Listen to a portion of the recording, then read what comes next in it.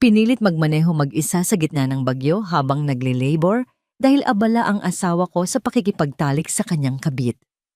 Habang nag-aagaw buhay ako sa kalsada, si Javier at ang demonyo niyang ina na si Corazon ay nagdiriwang na sa pag-agaw sa kumpanya niyang aking ama. Mamatay ka na sa ulan, Amelia, dahil sa amin na ang lahat. Ang tawa ni Corazon. Ngunit sa isang iglap, bumalik ako bilang CEO na wawasak sa kanilang pangarap. Winakasan ko na ang pagiging biktima. Oras na para sa isang malupit na paglilinis kapag ang babaeng iniwan ninyong mamatay ang siyang may-ari na ng inyong hininga. Saan pa kayo magtatago? Isang matalim na kirot ang biglang pumilipit sa sinapupunan ni Amelia Reyes. Napakapit siya ng mahigpit sa manibela ng kanyang sasakyan kasabay ng isang daing na nilunod ng malakas na hagupit ng ulan sa labas. Ang mga wiper ng sasakyan ay walang tigil sa pagpagaspas. Pilit na nilalabanan ang walang awang buhos ng langit na nagpapalabo sa kanyang paningin sa daan ng BGC. Javier, nasaan ka? Halos pabulong niyang sabi. Ang bawat salita ay may kasamang hirap. Muli niyang sinubukang tawagan ang numero ng asawa, ngunit gaya ng kanina, wala pa ring sumasagot. Diresto lang ito sa voicemail. Isa na namang paghilab ang kanyang naramdaman, mas matindi kaysa sa nauna. Napasandal siya sa kanyang upuan habang ang pawis at luha ay nagsisimula ng mamuo sa kanyang mga mata. Siya lang mag-isa. Sa gabi ng kanyang pagsilang sa kanilang kambal, siya lang mag-isa. Hinding-hindi kita iiwan, Amelia. Lalo na sa araw na isisilang mo ang ating mga anak. Ako ang unang hahawak sa kanila. Pangako iyan. Ang alaala ng mga salitang yon ni Javier ay biglang sumagi sa kanyang isipan.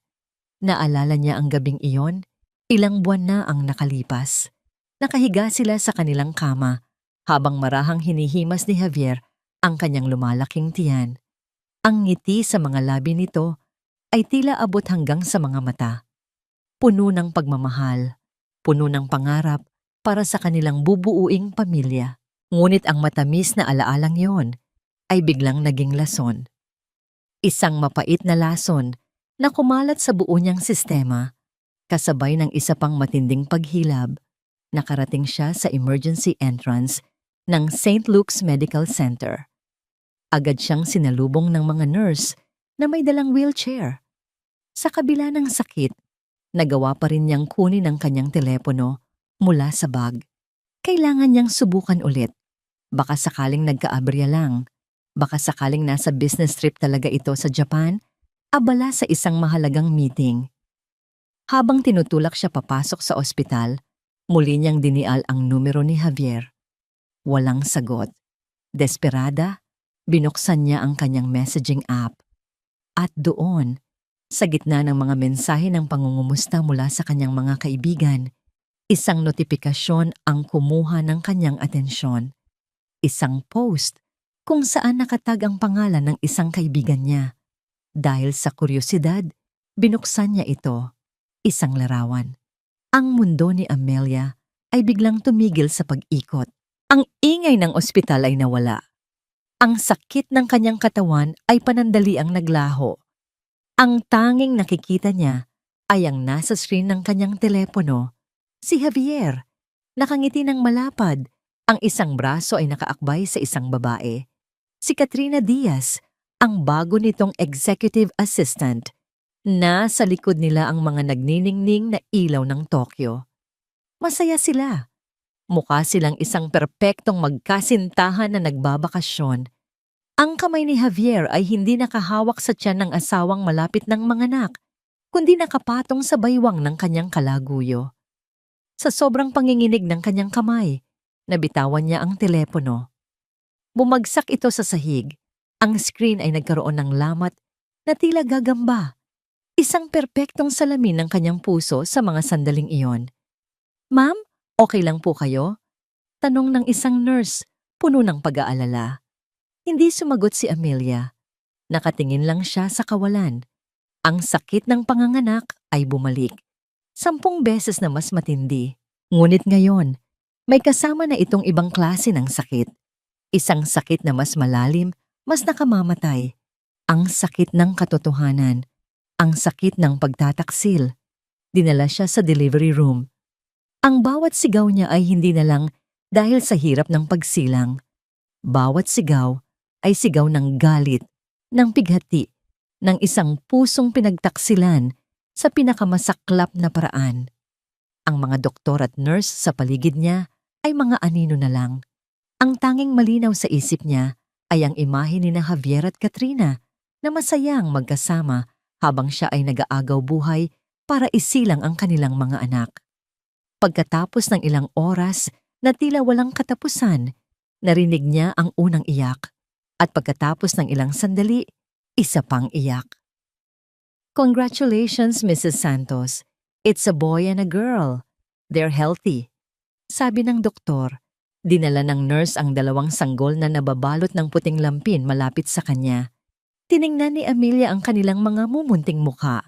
Sa isang iglap, ang galit sa kanyang puso ay napalitan ng isang damdamin na mas makapangyarihan. Pagmamahal. Isang pagmamahal na kayang pumatay at magbigay buhay.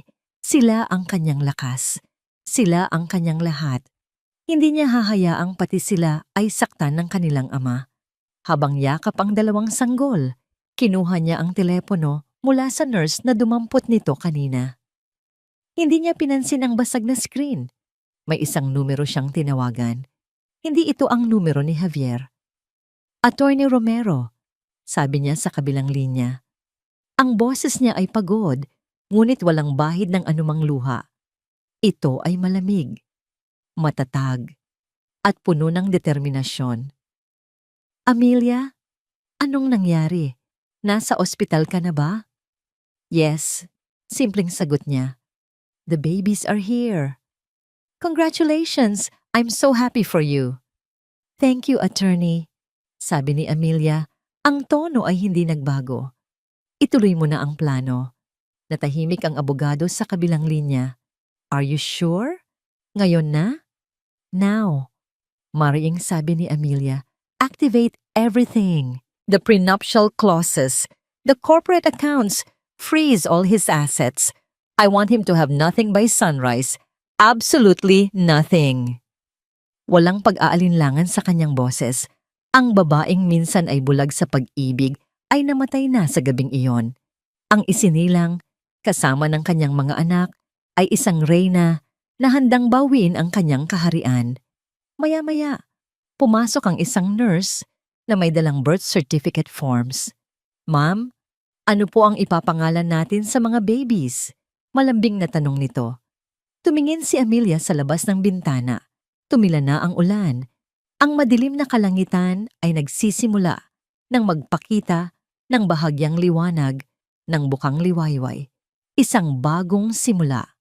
Tumingin siya sa kanyang anak na lalaki at pagkatapos ay sa kanyang anak na babae.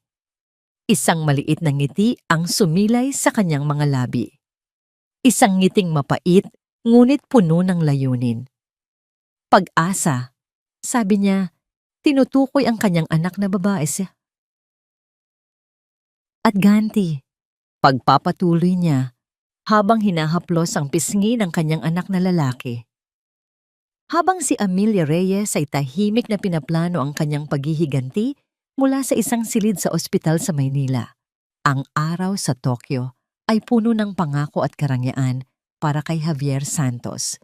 Nakatayo siya sa loob ng isang mamahaling butik sa Ginza. Ang nangiti sa kanyang mga labi ay kasing ningning ng mga alahas na nakadisplay sa salamin. "Bagay na bagay sa'yo, Kat," sabi niya, habang isinusukat ni Katrina Diaz ang isang designer handbag na nagkakahalaga ng katumbas ng isang bagong kotse. "Anything you want, my love. This is just the beginning." Humarap si Katrina sa kanya, ang mga matay nagniningning sa tuwa. "Talaga, Jav? Baka naman masanay ako nito." "Dapat lang," sagot ni Javier, at niyakap ito mula sa likod. Simula pa lang ito ng buhay na nararapat para sa atin, malayo sa anino ng kahit sino. Ang huling mga salita ay may bahid ng pait, Isang pait na matagal na niyang kinikimkim. Ang pait ng pagiging asawa lang ni Amelia Reyes. Ngunit ngayon, malapit nang magbago ang lahat. Ang business trip na ito ay hindi lang isang simpleng paglalakbay. Ito ang kanyang selebrasyon. Ang selebrasyon ng kanyang nalalapit na tagumpay sa pagkontrol sa Reyes Prime Holdings. Konting panahon na lang at ang lahat ng pinaghirapan ng pamilya Reyes ay mapupunta sa kanyang mga kamay. Sige, kukunin na namin ito. Mayabang na sabi ni Javier sa sales associate. Inabot niya ang kanyang itim na credit card. Ang card na simbolo ng kanyang kapangyarihan bilang Chief Operating Officer ng kumpanya. Ngunit ang ngiti sa mukha ni Javier ay unti-unting naglaho nang ibalik ng sales associate ang card. "I'm very sorry, sir." Magalang na sabi nito sa Ingles. "But the card has been declined." Napakunot ang noo ni Javier. "What? That's impossible. Try it again." Sinubukan ulit ng babae, ganun pa rin ang resulta. "Declined, sir." Isang nakakabinging kahihiyan ang bumalot kay Javier. Ramdam niya ang mga mata ni Katrina at ng ibang mamimili na nakatingin sa kanya. Pilit siyang ngumiti. Baka may problema lang sa network. "Okay, I'll use another card." Kumuha siya ng isa pang card mula sa kanyang wallet. "Declined, sir." At isa pa. Declined. Lahat. Ang lahat ng kanyang mga card na kanina lang ay ginamit niya para sa kanilang 5-star hotel at mamahaling hapunan ay wala nang silbi. "May problema yata sa bangko," sabi niya kay Katrina. Pilit na pinapakalma ang sarili. "Hayaan mo na. Babalikan na lang natin yan. Let's go back to the hotel." Sa kanilang pagbabalik sa hotel suite, ang katahimikan ay napakabigat. Hindi na mapakali si Javier. Sinubukan niyang tawagan ng bangko, ngunit hindi siya makalusot sa automated system. Isang pakiramdam ng pagkabahala ang nagsimulang gumapang sa kanyang dibdib. Isang pakiramdam na mayroong mali. Isang bagay na malaking-malaki ang mali. At doon, habang nakaupo siya sa gilid ng kama, isang email notification ang lumabas sa kanyang laptop. Ang sender, Office of the Board, Reyes Prime Holdings. Ang subject, Notice of Termination and Immediate Revocation of Privileges. Nanlamig ang kanyang mga kamay. Dahan-dahan niyang binuksan ang email. Ang bawat salita ay tila isang suntok sa kanyang sikmura. "Effective immediately, your employment as Chief Operating Officer is terminated. All corporate assets, including credit cards, bank accounts, and company access have been revoked. A formal investigation into financial misconduct and breach of fiduciary duty is now underway." Hindi siya makahinga. Binasa niya ulit ang email at isa pa at isa pa. Umaasang isa lang itong masamang panaginip. Paanong nangyari ito? Sino ang naglakas loob na gawin ito sa kanya? Si Amelia? Imposible. Si Amelia ay nasa ospital, mahina at manganganak. Hindi niya ito kayang gawin. Habang nagigipit si Javier sa Tokyo, sa isang pribadong silid sa St. Luke's, si Amelia Reyes ay kalmadong nakikipag-usap sa isang video call. Sa isang tabi ng kanyang kama ay ang dalawang bassinet kung saan mahimbing na natutulog ang kanyang mga anak. Sa screen ng kanyang laptop ay ang mukha ng kanyang abogado, si Attorney Romero, at ng dalawang pinagkakatiwalaan niyang miyembro ng board. "The initial phase is complete, Amelia," ulat ni Attorney Romero. "All accounts under Mr. Santos's name funded by the corporation have been frozen. His corporate credit lines are cut off. As of EU 800 hours Manila time, he is officially terminated." Tumango si Amelia. Ang kanyang mukha ay walang emosyon. Tila hindi siya isang babaeng kagagaling lang sa panganganak at katatuklas lang ng kataksilan ng asawa. Ang nasa harap nila ngayon ay ang tunay na CEO ng Reyes Prime Holdings. "Good," mahinahon niyang sabi. "Now, proceed with Protocol 7. I want a full audit of the Japanese expansion project he was supposedly overseeing. Check every transaction, every receipt. I have a feeling this wasn't just a leisure trip. This was a theft in progress."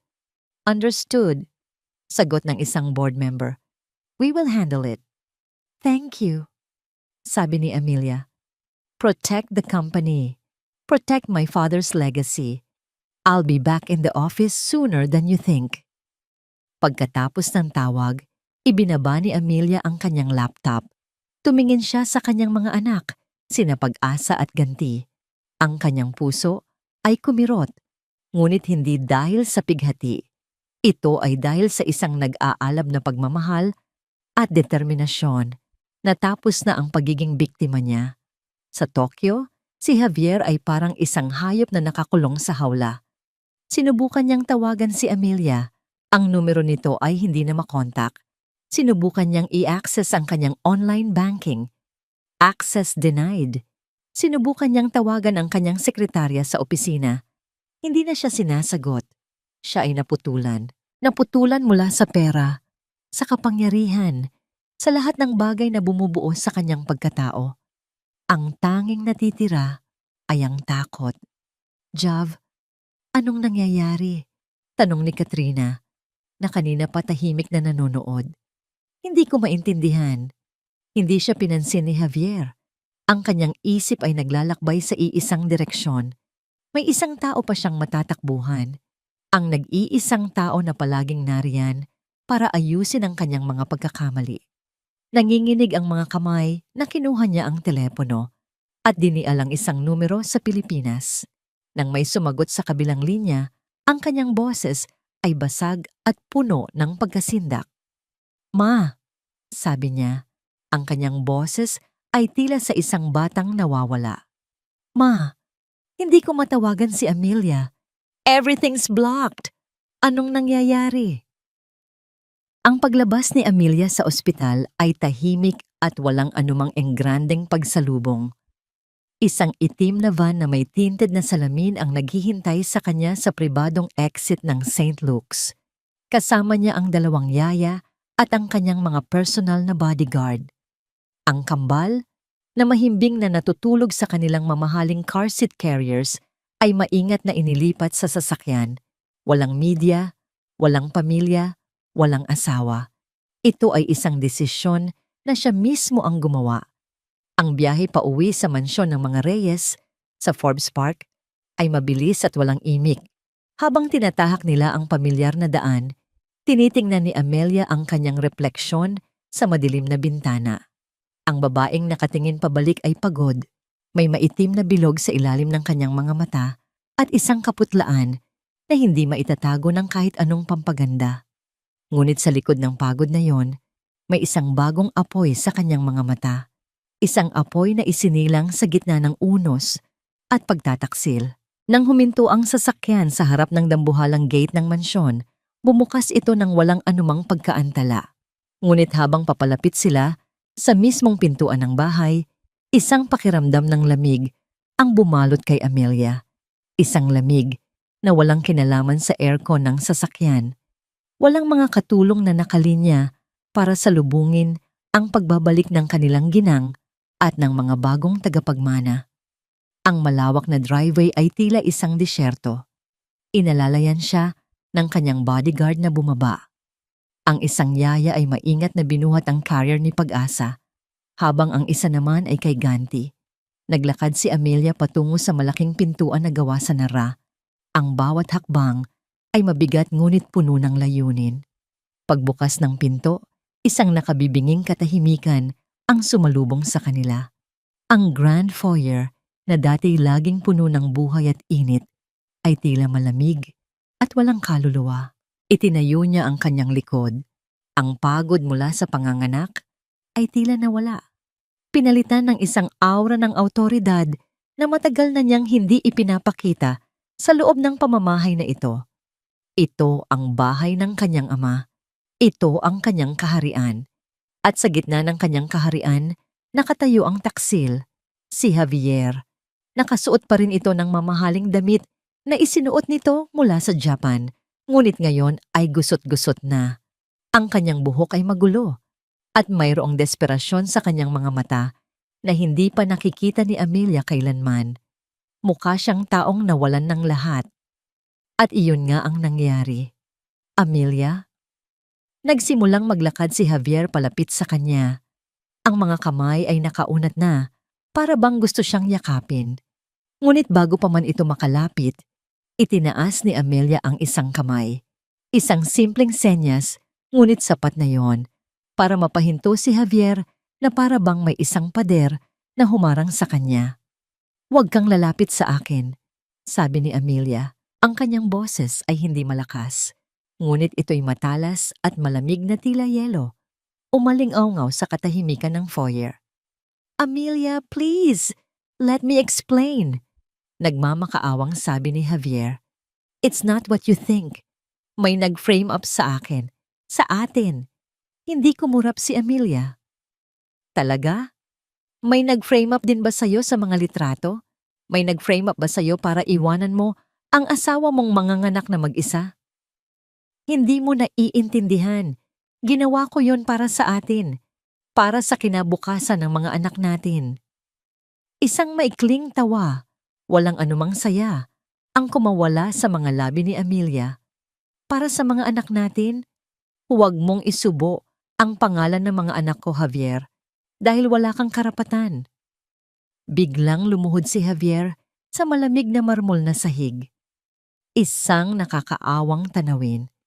Ang dating mayabang na CEO ay ngayon ay isang pulubi sa sarili niyang pamamahay.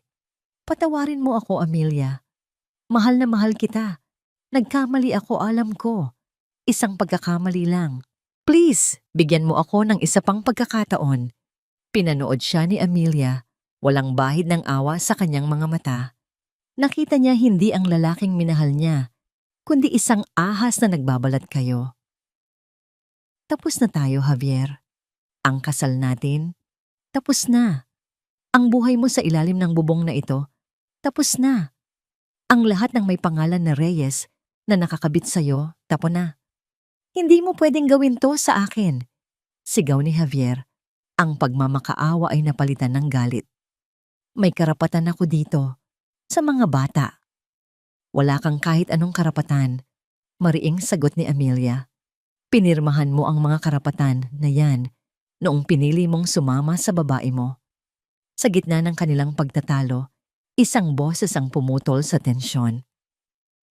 "Javier! Amelia, anak!" Mula sa hagdanan ay bumababa si Corazon Santos, ang ina ni Javier. Ang kanyang muka ay puno ng pag-aalala. Ang kanyang mga kamay ay magkasalikop na para bang nagdarasal. Ang perpektong imahe ng isang mapagmahal na ina at biyenan. "Anong nangyayari dito? Javier, tumayo ka dyan!" sabi niya, at dali-daling inalalayan ang anak na tumayo. Pagkatapos ay humarap siya kay Amelia. Ang kanyang mga mata ay nanlalambing. "Amelia, Hija, kagagaling mo lang sa ospital. Hindi maganda sa'yo at sa mga bata ang ganitong stress." Hindi nagsalita si Amelia. Pinagmasdan niya lang ang kanyang biyenan. Nakita niya ang paraan ng paghawak nito sa braso ni Javier, ang halos hindi mahahalata nitong pagtango, ang kislap sa mga mata nito na hindi umaabot sa mga ngiti nito.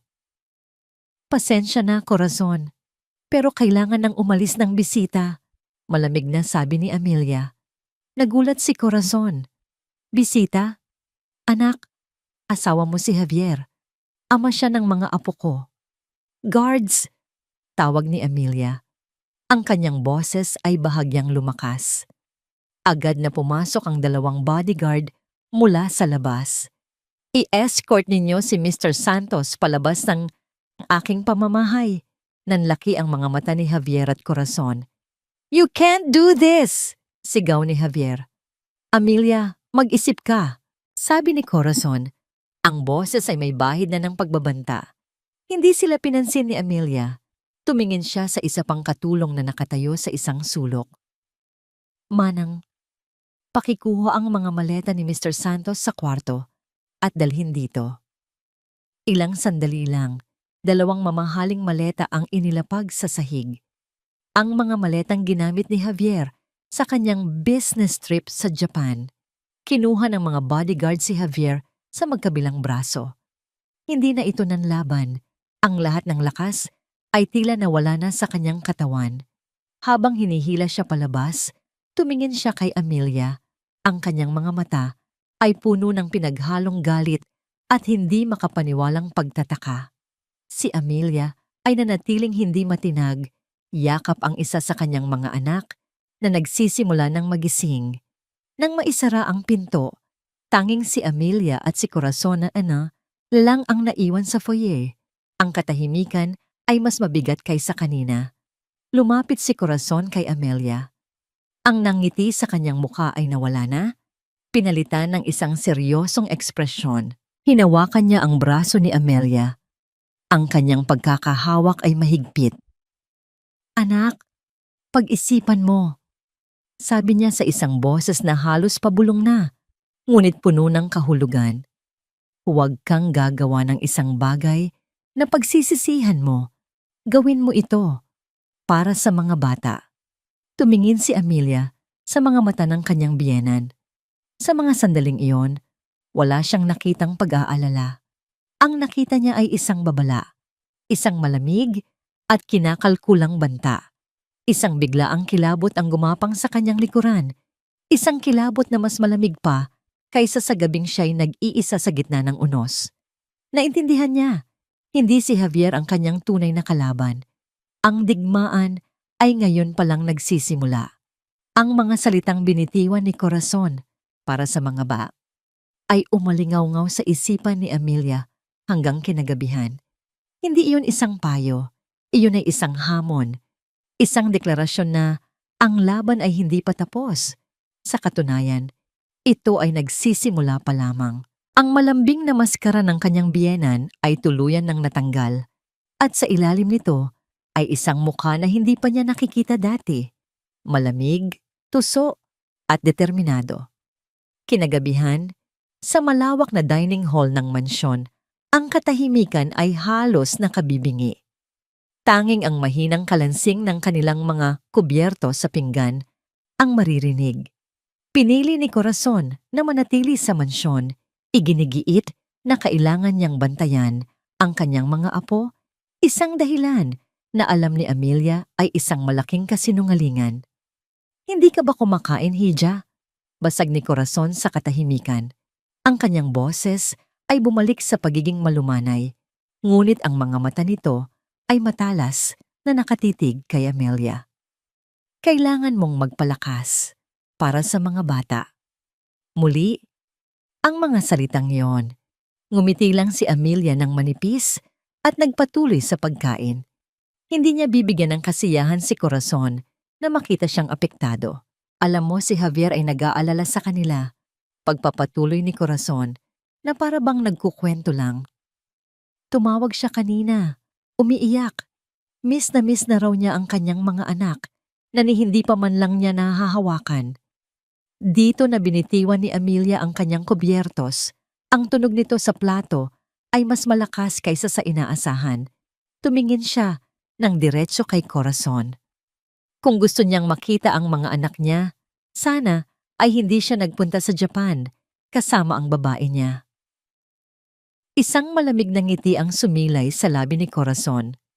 Lahat ng tao ay nagkakamali, Amelia, pero ang pamilya ay pamilya pa rin.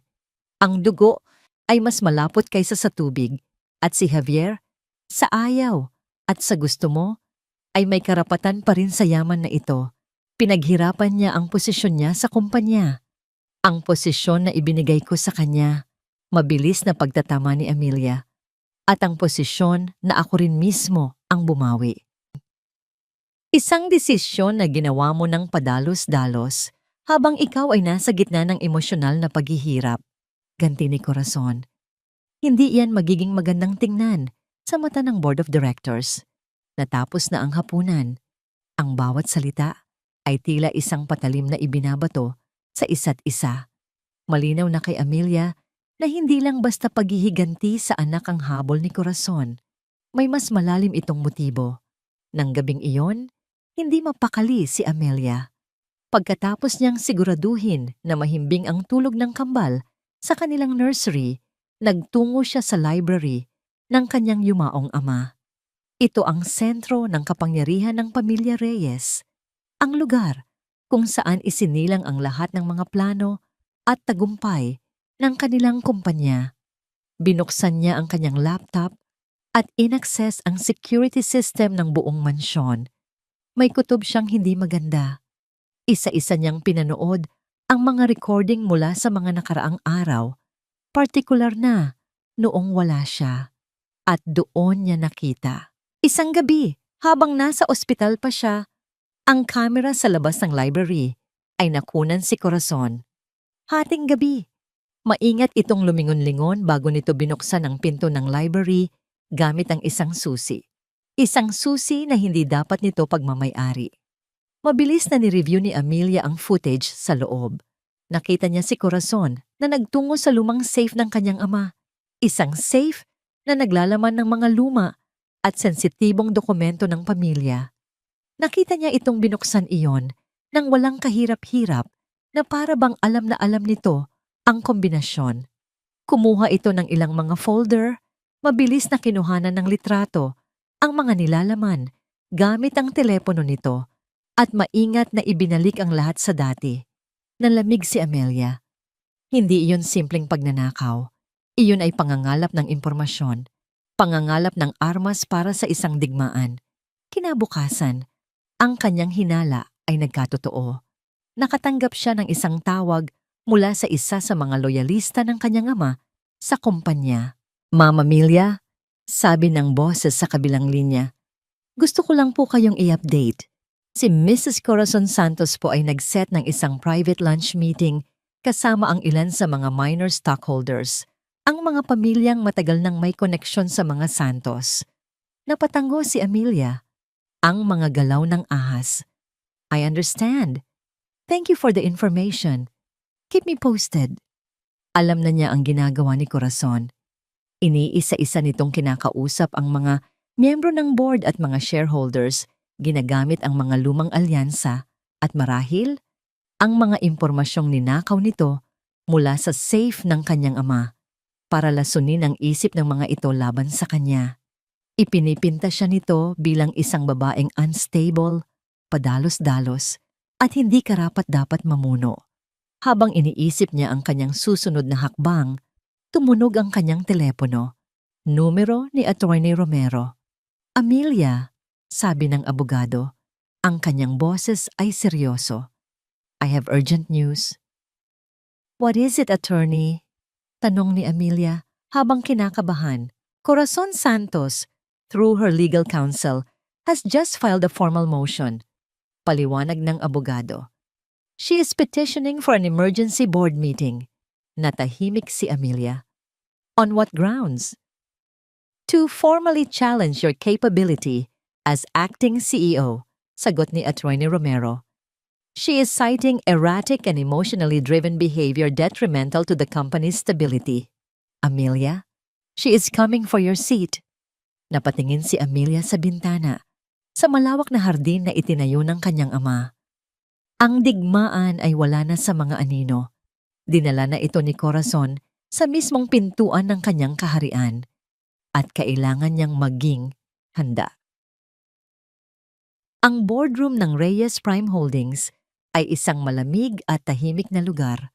Ang mahabang lamesa na gawa sa mahogany ay kumikinang sa ilalim ng mga modernong ilaw, ngunit ang kinang na ito ay hindi kayang itago ang bigat ng tensyon sa hangin.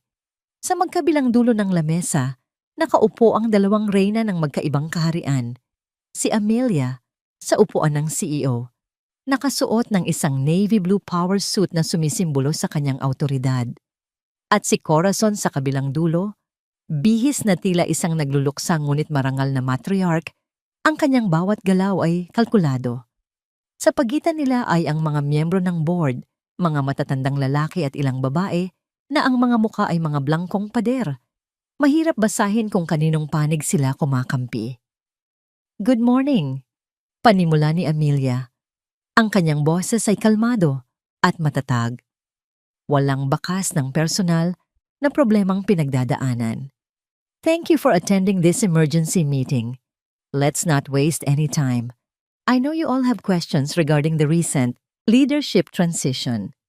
I am here to assure you that the company is stable and its future is brighter than ever. Inilabas niya ang isang presentation sa malaking screen. Isa-isang ipinakita niya ang mga plano para sa susunod na quarter, isang agresibong expansion sa Clark, isang makabagong digital transformation para sa kanilang mga property, at mga projection na nagpapakita ng 15% paglago. Ang bawat salita niya ay may bigat. Ang bawat datos ay pinag-aralan. Ipinapakita niya sa kanila na hindi siya ang emosyonal na asawang iniwan.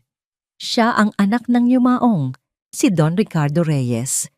At ang dugo ng isang henyo sa negosyo ay nananalaytay sa kanyang mga ugat. Habang nagsasalita si Amelia, nakikita niya ang unti-unting pagbabago sa ekspresyon ng ilang miyembro ng board. Ang pag-aalinlangan ay napapalitan ng paghanga. Ang pagdududa ay nagiging respeto. Ramdam niyang nakukuha niya muli ang kanilang tiwala. Ngunit sa kabilang dulo ng lamesa, isang maliit at mapanuyang ngiti ang nakaguhit sa mga labi ni Corazon. Para siyang isang buwaya na matiyagang naghihintay sa tamang oras para sakmalin ang kanyang biktima. An impressive presentation, Amelia. Truly, sabi ni Corazon, pinuputol ang momentum ni Amelia. Ang kanyang boses ay malambing ngunit may nakatagong lason. Your father would have been proud of your business acumen. Tumigil si Amelia, nakatingin sa kanyang biyenan. Thank you, Corazon. Pero, pagpapatuloy ni Corazon, habang inililibot ang tingin sa buong board, ang isang kumpanya ay hindi lang tungkol sa numero at projection. It is about legacy, family, stability. Isang katatagan na sa tingin ko ay nanganganib sa mga sandaling ito. The company has never been more stable. Matigas na sagot ni Amelia. Ngumiti si Corazon ng mas malapad. Ang kumpanya marahil, pero ang pamilyang nasa likod nito, ang pamilyang Reyes. At Santos, dito, tumingin siya ng diretso sa mga mata ni Amelia. I believe there is a crucial piece of information that this board needs to be aware of before we can talk about the future. Isang impormasyon na direktang makakaapekto sa succession at sa legacy ng kumpanyang ito. Isinenyas niya ang kanyang kamay sa kanyang assistant na nakatayo sa isang sulok. Kung papayagan ninyo ako. Bago pa man makaprotesta si Amelia, ang malaking screen sa likod niya na kanina lang ay nagpapakita ng kanyang mga plano ay biglang namatay. Pagkatapos ng ilang sandali, muli itong umilaw. Ngunit hindi na mga graphs at charts ang nakalagay dito. Isang muka. Ang muka ng isang babae. Nasa isang video call. Si Katrina Diaz. Ang hininga ni Amelia ay tila naipit sa kanyang lalamunan. Si Katrina ay nasa loob ng isang silid na mukhang simple lang. Ang kanyang buhok ay nakapusod at ang kanyang muka ay walang kolorete. Ang kanyang ekspresyon ay pinaghalong takot at determinasyon. Ngunit hindi ang mukha niya ang nakakuha ng atensyon ng lahat sa silid, kundi ang kanyang suot, isang maluwag na damit, at ang paraan ng paghawak ng kanyang mga kamay sa kanyang tiyan. Isang tiyan na malaki at bilog na, isang nakabibinging katahimikan ang bumalot sa boardroom. Ang lahat ng mga mata ay nakapako sa screen. Sino yan? Tanong ng isa sa mga matatandang miyembro ng board. Sumagot si Corazon. Ang kanyang boses ay puno ng huwad na kalungkutan.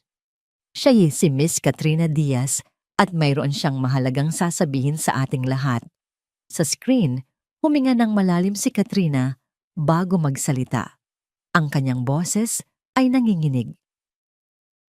Magandang umaga po sa inyong lahat, mga miyembro ng board. Panimula niya, ang kanyang mga mata ay nakatingin sa kamera na para bang direktang kinakausap ang bawat isa sa kanila. Ako po si Katrina Diaz at dinadala ko po sa aking sinapupunan, ang anak ni Javier Santos.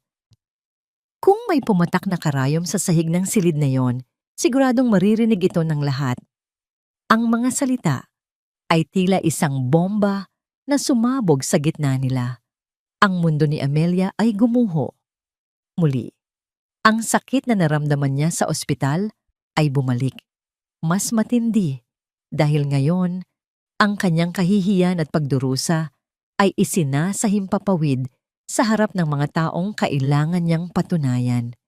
Ramdam niya ang paglipat ng lahat ng mga mata mula sa screen patungo sa kanya. Ang kanilang mga tingin ay puno ng iba't ibang emosyon, pagkagulat, awa, paghuhusga. Ang paghanga na nakuha niya kanina ay biglang naglaho, napalitan ng pagdududa. Napahawak siya ng mahigpit sa ilalim ng lamesa upang pigilan ang panginginig ng kanyang mga kamay. Pilit niyang pinanatiling blangko ang kanyang mukha, ngunit sa loob niya, siya ay nagkakaroon ng isang digmaan. Ito ang alas ni Corazon, isang alas na hindi niya inaasahan, isang alas na kayang sirain, hindi lang ang kanyang posisyon, kundi pati na rin ang kinabukasan ng kanyang mga anak. Sa gitna ng nakabibinging katahimikan, isang boses ang muling bumasag dito. Si Jay Medina, isa sa mga pinakamatanda at pinakakonserbatibong miyembro ng board, isang matagal nang kaalyado ng pamilya Santos. Dahan-dahan itong tumayo. With all due respect, CEO Reyes, sabi nito, ang kanyang boses ay mabagal at mabigat. Hindi ito nakatingin kay Amelia, kundi sa buong board. This new development, it brings into question the stability of the company's future leadership. Ang mga salitang iyon ay ang huling pako sa kabaong. Ang nangiti ng tagumpay sa mukha ni Corazon ay hindi na maitago. Alam niyang sa mga sandaling iyon, naisaksak na niya ang patalim sa pinakamalambot na bahagi ng puso ni Amelia at nagawa niya ito sa harap ng buong kaharian na punan nito. Nilisan ni Amelia ang boardroom na iyon na dala ang bigat ng buong mundo sa kanyang mga balikat. Hindi siya tumakbo, hindi siya umiyak.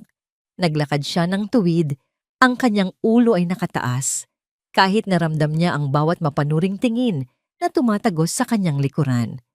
Ngunit pagkapasok niya sa seguridad ng kanyang opisina, isinara ang pinto at doon, sa wakas, ay napasandal siya dito. Ang kanyang mga tuhod ay halos bumigay. Ang imahe ni Katrina Diaz at ang anunsyo nito ay paulit-ulit na naglalaro sa kanyang isipan. Isang anak, isang tagapagmana, isang sandata na ngayon ay hawak ni Corazon.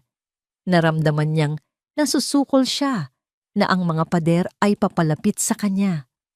Ngunit sa gitna ng nagsisimulang pagkasindak, isang boses ang narinig niya sa kanyang isipan, ang boses ng kanyang ama. Kapag nasukol ka, Amelia, huwag kang umatras. Maghanap ka ng ibang daan.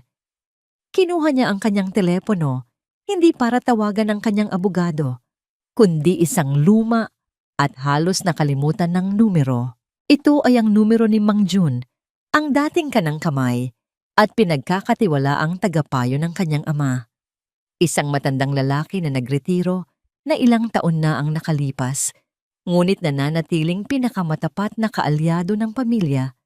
Reyes, Mang Jun, sabi ni Amelia nang may sumagot sa kabilang linya. Amelia, Hija, napatawag ka? May problema ba? Ang boses ng matanda ay puno ng init at pag-aalala. Kailangan ko po ng tulong ninyo, diretsong sabi ni Amelia. Kailangan kong malaman ang lahat tungkol sa pamilya. Santos. Nagkaroon ng isang mahabang katahimikan sa kabilang linya bago muling nagsalita si Mang Jun. Ang kanyang boses ay mas seryoso na ngayon. Magkita tayo sa dati, bukas ng umaga. Kinabukasan, maagang nagtungo si Amelia sa isang maliit at lumang kapihan sa isang tahimik na kanto ng Maynila. Ito ang lugar kung saan madalas magpulong ang kanyang ama at si Mang Jun, malayo sa mga matang mapanuri ng mundo ng korporasyon. Naabutan niya si Mang Jun na nakaupo na sa isang sulok. May 2 tasa ng mainit na kape sa lamesa. Ang kanyang buhok ay puti na at ang kanyang mukha ay puno na ng mga linya ng panahon, ngunit ang kanyang mga mata ay matalas pa rin. Hija, bati nito, sabihin mo sa akin ang lahat. At ikinuwento ni Amelia ang lahat. ang pagtataksil ni Javier, ang pagsilang niya sa kambal, at ang mga kalkuladong galaw ni Corazon na nagtapos sa paglitaw ni Katrina Diaz sa boardroom. Habang nagsasalita si Amelia, si Mang Jun ay tahimik lang na nakikinig. Ang kanyang mga daliri ay marahang tinatapik ang tasa ng kape. Nang matapos si Amelia, huminga ng malalim ang matanda. Alam mo, Amelia, panimula nito, noong una pa lang, hindi na ako sang-ayon sa kasal ninyo ni Javier. Hindi dahil sa kanya, kundi dahil sa ina niya. Dahil sa pagiging isang santos niya. Bakit po? Ano po ba ang mayroon sa mga santos? Hindi lang basta negosyo ang nawala sa kanila, Amelia. Ang nawala sa kanila ay ang kanilang pride, ang kanilang pangalan. Ang ama ni Corazon, si Don Julio Santos, ay isang napaka-orgulyosong tao. Hindi niya matanggap ang pagkatalo sa iyong lolo. Sinasabi ng ilan na iyon ang naging sanhi ng kanyang maagang pagkamatay. At sinisisi ni Corazon ang pamilya natin para doon. Realisasyon ni Amelia. Higit pa sa paninisi Hija, galit, puot. Isang puot na kinimkim niya sa loob ng maraming taon, sabi ni Mang Jun. Bago pa man mamatay ang iyong ama, sinabi niya sa akin na mag-ingat ako kay Corazon.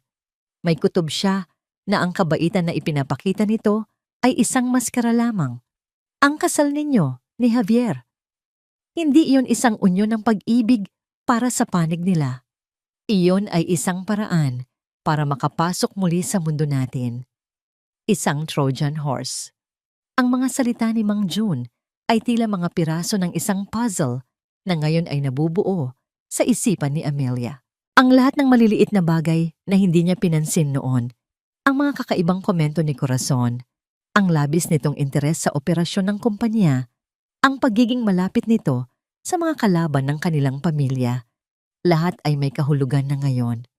Kailangan kong makahanap ng patunay, Mang Jun, sabi ni Amelia. Ang mga lumang dokumento ng kumpanya, sabi ng matanda. Nasa lumang library ng iyong ama. Nandoon ang lahat ng tala ng Santos Prime Ventures bago ito bumagsak. Hanapin mo ang tungkol sa Hacienda Esmeralda. Iyon ang pinakamalaking tinamaan sa kanila.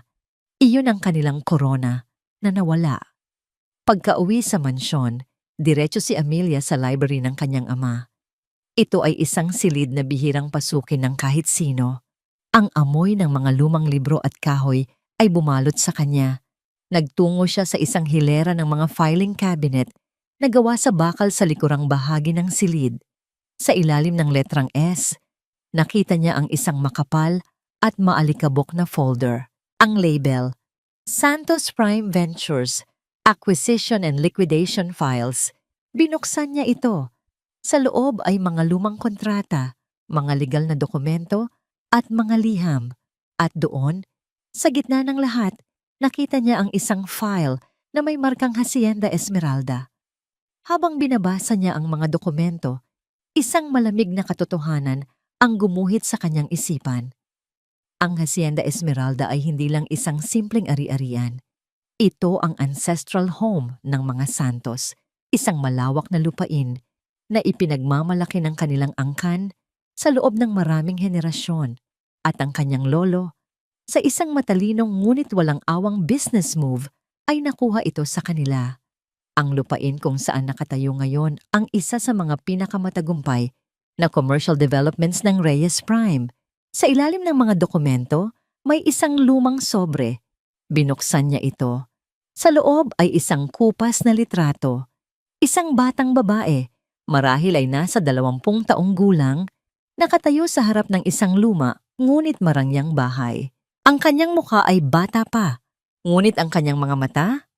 Ang mga mata nito ay nag-aalab sa galit at pagkamuy. Kinilala niya ang batang babae. Ito ay si Corazon. At sa likod ng litrato, may isang sulat kamay na nota na isinulat ng kanyang ama. Huwag mong kalimutan ang mga matang ito. Ang isang lobo ay laging mananatiling isang lobo, kahit na magsuot pa ito ng balat ng tupa. Napasara si Amelia sa folder. Naintindihan na niya ang lahat. Hindi ito tungkol sa pera. Hindi ito tungkol sa kapangyarihan. Ito ay tungkol sa paghihiganti. Isang paghihiganti na binalak sa loob ng 3 dekada. Ang kanyang kasal, ang kanyang buhay, ang kanyang mga anak, lahat ay parte ng isang masalimuot na laro. At siya ang huling piyesa. Isang bagong klase ng galit ang umusbong sa puso ni Amelia. Hindi na ito ang galit ng isang asawang pinagtaksilan. Ito ang galit ng isang anak na ipinagtatanggol ang legacy ng kanyang pamilya. Ito ang galit ng isang ina na poprotektahan ang kinabukasan ng kanyang mga anak. Nalaman na niya kung sino ang kanyang tunay na kalaban. At ngayon, alam na niya kung saan siya dapat lumaban. Ang amoy ng panis na beer at pinaghalong sigarilyo ang unang bumati kay Javier Santos pagkagising niya. Idinilat niya ang kanyang mga mata at agad na naramdaman ang kumikirot na sakit sa kanyang ulo. Isang hangover. Ang kanyang pang-araw-araw na kasama sa loob ng huling 2 linggo. Tumingin siya sa paligid ng kanyang bagong mundo. Isang maliit at madilim na apartment sa isang magulong lugar sa Pasay. Malayo sa malawak at malinis na mansyon sa Forbes Park. Ang mga mamahaling suit niya ay nakasiksik sa isang lumang aparador. Ang kanyang pagkain ay instant noodles at delata. Ang tanging kasama niya sa gabi ay isang bote ng murang alak. Bumangon siya at nagtungo sa banyong may kalawang. Tumingin siya sa salamin at halos hindi na makilala ang sarili. Ang dating makisig at confident na si Javier Santos ay napalitan ng isang lalaking may magulong buhok, nanlalalim na mga mata, at isang bigoteng hindi inahit. Isang talunan, isang matinding galit ang biglang kumulo sa kanyang dibdib. Galit kay Amelia. Paano niya nagawa ito sa kanya? Pagkatapos ng lahat ng sakripisyo niya para sa pamilya nito, ganito lang ang igaganti sa kanya. Itatapon na parang basura. Sa gitna ng kanyang pagmumuni-muni, bumukas ang pinto ng kanyang apartment.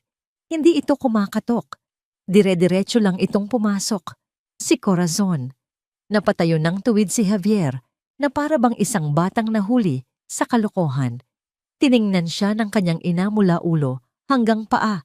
Ang mga mata nito ay puno ng pagkadismaya at pandidiri. Tingnan mo nga ang sarili mo. Malamig na sabi ni Corazon habang inililibot ang tingin sa karumihan ng apartment. Nagpapakalunod ka sa alak at sa awa sa sarili mo. Ito ba ang anak na pinalaki ko? Isang duwag? Ma, anong gusto mong gawin ko? Desperadong sagot ni Javier. Wala na akong pera, wala na akong trabaho. Tinanggal niya ang lahat sa akin. At hahayaan mo na lang? Matalas na tanong ni Corazon. Hahayaan mong makuha niya ang lahat ng pinaghirapan natin? Ang lahat ng dapat ay sayo? Lumapit ito sa kanya. Ang mga mata ay nag-aapoy. Gusto mo bang habang buhay kang ganito, Javier? Kumakain ng noodles habang siya at ang mga anak ninyo ay nabubuhay na parang hari sa mansyon? Ang mga salita ng kanyang ina ay tumagos sa kanya na parang mga kutsilyo. Hindi. Ayaw niya ng ganitong buhay. Gusto niyang bumalik. Gusto niyang bawiin ang lahat. Anong gagawin ko, ma? Tanong niya. Ang kanyang boses ay nanginginig. Isang tuso ng ngiti ang sumilay sa labi ni Corazon. May kinuha itong folder mula sa kanyang Hermes bag at inilapag sa maliit na lamesa. Lalaban ka, sabi nito. Pero hindi sa boardroom. Doon, hawak niya ang lahat ng baraha. Lalaban tayo kung saan siya pinakamahina. Ibinuklat nito ang folder. Sa loob ay isang script. Sa mata ng publiko. Kinuha ni Javier ang mga papel. Binasa niya ang nilalaman. Ito ay isang script para sa isang interview. Isang script na nagpipinta sa kanya bilang isang kaawa-awang biktima. Isang mapagmahal na asawa at ama na pinalayas ng isang malupit, makapangyarihan at mentally unstable na asawa na apektado ng postpartum depression. Hindi ko to kayang gawin, ma, sabi ni Javier, kahit na ang isang bahagi niya ay gustong-gusto ang ideya. Kaya mo, maring sabi ni Corazon. Iiyak ka. Kung kailangan, magmamakaawa ka. Ipapakita mo sa buong mundo kung gaano mo kamahal ang iyong mga anak at kung gaano ka nag-aalala para sa kaligtasan nila sa kamay ng isang inang hindi na nag-iisip ng tama. Hayaan mong ang publiko ang humusga sa kanya. Makalipas ang 2 araw, ang plano ni Corazon ay isinakatuparan. Sa isang sikat na primetime news program, umupo si Javier Santos para sa isang exclusive interview. Malinis na siyang tingnan ngayon, nakasuot ng simpleng polo shirt para magmukhang mapagkumbaba. Ang kanyang mukha ay puno ng kalungkutan. Ano po ba talaga ang nangyari, Mr. Santos? Tanong ng premyadong host na ang tono ay puno ng simpatiya. Huminga ng malalim si Javier na para bang nagpipigil ng luha. Hindi ko na alam. Sabi niya, ang kanyang boses ay basag. Ang tanging gusto ko lang ay ang makita ang mga anak ko, ang aking kambal, ni hindi ko pa sila nahahawakan. Bakit po kayo hindi pinapayagang makita sila? Tumingin si Javier sa kamera. Ang kanyang mga mata ay nanunubig. Mahal na mahal ko ang asawa ko, pero nagbago ang lahat mula nang siya'y nanganak. Naging malamig siya, malayo. Natatakot ako para sa kanya, para sa mga anak ko. Ang tanging hiling ko lang ay ang kanilang kaligtasan. Sa library ng mansyon ng mga Reyes, pinanood ni Amelia ang interview sa isang malaking flat-screen TV. Ang kanyang mga kamay ay nakakuyom sa kanyang kandungan. Ang kanyang panga ay mariing nakatikom. Hindi siya umiiyak. Ang pighati ay napalitan na ng isang nagyeyelong galit. Nakita niya ang kasinungalingan sa bawat salita ni Javier. Ang pagkukunwari sa bawat patak ng kanyang pekeng luha. At alam niya kung sino ang nasa likod ng lahat ng ito. Si Corazon. Ginagamit nito ang kanyang anak bilang isang aktor sa isang maruming dula. Sa ibaba ng screen ng TV, isang news sticker ang gumagalaw. Nakita niya ang stock symbol ng kanilang kumpanya. RPH V120 para isang maliit na pagbaba. Ngunit yun na ang simula. Ang lason ay nagsisimula na ng kumalat. Ang atake ni Corazon ay epektibo. Pinatay ni Amelia ang TV.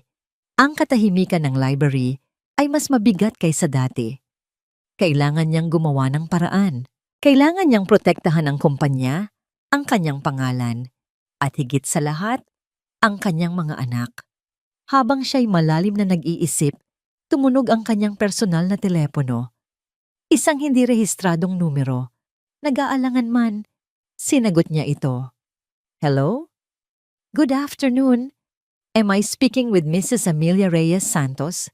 Tanong ng isang formal na boses ng babae sa kantiblang linya. Yes, this is she. Who is this? Ma'am, ako po si Mrs. David mula sa Department of Social Welfare and Development, ang DSWD. Biglang kinabahan si Amelia. DSWD, bakit po kayo napatawag? Nagkaroon ng isang maikling pag-aalinlangan sa kabilang linya bago ito nagpatuloy. Ma'am, nakatanggap po kasi ang aming tanggapan ng isang report. Isang Concerned Citizens Report. Report? Tungkol saan? Tungkol po sa kapakanan ng inyong 2 bagong silang na anak. Sabi ng babae. Ang kanyang boses ay maingat. May isang report na nagsasabing sila ay nasa isang unstable home environment at may alegasyon ng potential neglect dahil di umano sa inyong kasalukuyang emotional and mental state. Ang telepono ay tila naging isang blok ng yelo sa kamay ni Amelia. Ang hangin ay tila ninakaw mula sa kanyang mga baga. Ito na, ang susunod na atake. Isang atake na mas masahol, mas personal, at mas demonyo kaysa sa kahit anong iskandalo sa media. Ginigipit na siya ni Corazon. At ngayon, ang kanyang mga anak na ang ginagamit nitong bala. Ang tawag mula sa DSWD ay ang pinakamalakas na sampal na natanggap ni Amelia. Higit pa sa pagtataksil ni Javier, higit pa sa hamon ni Corazon sa boardroom. Dahil ang bagong ataking ito ay hindi na nakatutok sa kanyang posisyon o yaman. Ito ay nakatutok sa mismong puso ng kanyang pagkatao, ang kanyang pagiging ina. Sa unang pagkakataon, mula nang magsimula ang lahat, naramdaman ni Amelia ang pag-atake ng tunay na takot. Isang malamig na takot na gumapang sa kanyang buong katawan. Paano kung maniwala sila sa mga kasinungalingan? Paano kung ilayo sa kanya ang kanyang mga anak? Napahawak siya sa pader para suportahan ang sarili. Huminga siya ng malalim, pilit na pinapakalma ang nagwawalang tibok ng kanyang puso. Hindi. Hindi siya pwedeng magpadala sa takot. Iyon mismo ang gusto ni Corazon, ang makita siyang masira, ang makita siyang magkamali. Mrs. Reyes Santos, nariyan pa po ba kayo? Tanong ng boses mula sa telepono. Nag-ipon ng lakas si Amelia. Yes, I'm here. Sagot niya. Ang kanyang boses ay nanginginig sa simula, ngunit agad na naging matatag. I understand your concern. Please, feel free to visit anytime. Bukas na bukas din. I have nothing to hide. I will cooperate fully. Sige po, ma'am. Magsaset po kami ng home visit para bukas, sabi ng social worker na tila bahagyang nagulat sa kalmadong pagtugon ni Amelia. Pagkababa ng telepono, hindi nagsayang ng oras si Amelia. Tinawagan niya ang kanyang mga staff sa bahay, ang mga yaya, at ang kanyang pediatrician. Nagbigay siya ng malinaw at kalmadong mga instruksyon. Walang halong pagpapanik, walang bahid ng galit. Ang tanging naroon ay ang determinasyon ng isang inang poprotektahan ang kanyang mga supling. Kinabukasan, dumating ang dalawang social worker mula sa DSD, isang babaeng nasa mid-40s na may seryosong mukha at isang mas batang lalaki. Sinalubong sila ni Amelia ng personal sa pintuan, hindi bilang CEO ng isang malaking korporasyon, kundi bilang isang simpleng ina. Tuloy po kayo, sabi niya nang may magalang na ngiti. Ipinakita niya sa kanila ang buong bahay, ang malinis na nursery na kumpleto sa lahat ng pangangailangan ng isang sanggol.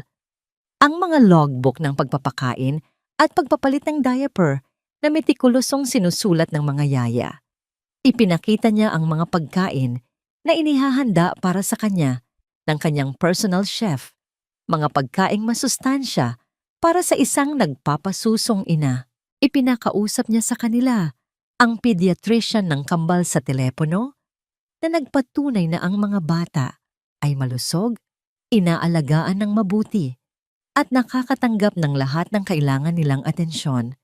Sa buong pagbisita, si Amelia ay kalmado at transparent. Sumagot siya sa lahat ng tanong nang walang pag-aalinlangan. Kahit na sa mga pinaka-personal at masasakit na tanong tungkol sa kanyang mental state. Inaamin ko, masakit ang pinagdadaanan ko, sabi niya ni sa mga social worker, habang nakaupo sila sa sala. Ang kambal ay natutulog sa kanilang mga bisig. Walang ina ang gustong maranasan ng iwanan habang nanganganak. Pero ang sakit na yon, iyon din ang nagbibigay sa akin ng lakas. Dahil sa dulo ng lahat, ang tanging mahalaga na lang ay sila. Tumingin siya sa kanyang mga anak nang may pagmamahal na hindi kayang pekein. Sila ang aking mundo at gagawin ko ang lahat para protektahan sila. Nang umalis ang mga social worker, nakita ni Amelia ang pagbabago sa kanilang mga mata. Ang pagdududa ay napalitan ng simpatiya at respeto. Alam niyang nalagpasan niya ang pagsubok na ito. Ngunit alam din niya na hindi ito ang huli.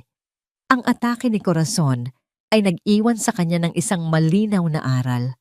Habang siya ay naglalaro ng depensa, si Corazon ay laging makakahanap ng paraan para umatake. Kailangan na niyang maging ang manguna sa laban. At ang pinakamahinang punto ni Corazon ay ang kanyang alas, si Katrina Diaz. Nang gabing iyon, gumawa si Amelia ng isang tawag na matagal na niyang dapat ginawa. Hello, Mr. Robles. This is Amelia Reyes. I need your services. Si Mr. Robles ay isang pribadong investigador, ang pinakamagaling sa larangan. Mahal, discreet at epektibo.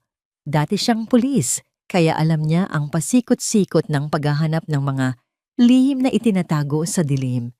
Nagkita sila sa isang hindi kilalang restaurant sa isang pribadong silid. "What can I do for you, Mrs. Reyes?" Tanong ng investigador. Isang lalaking nasa 50s na may matalas na mga mata. "I want you to find out everything about this woman," sabi ni Amelia habang inilalapag ang isang litrato ni Katrina Diaz sa lamesa.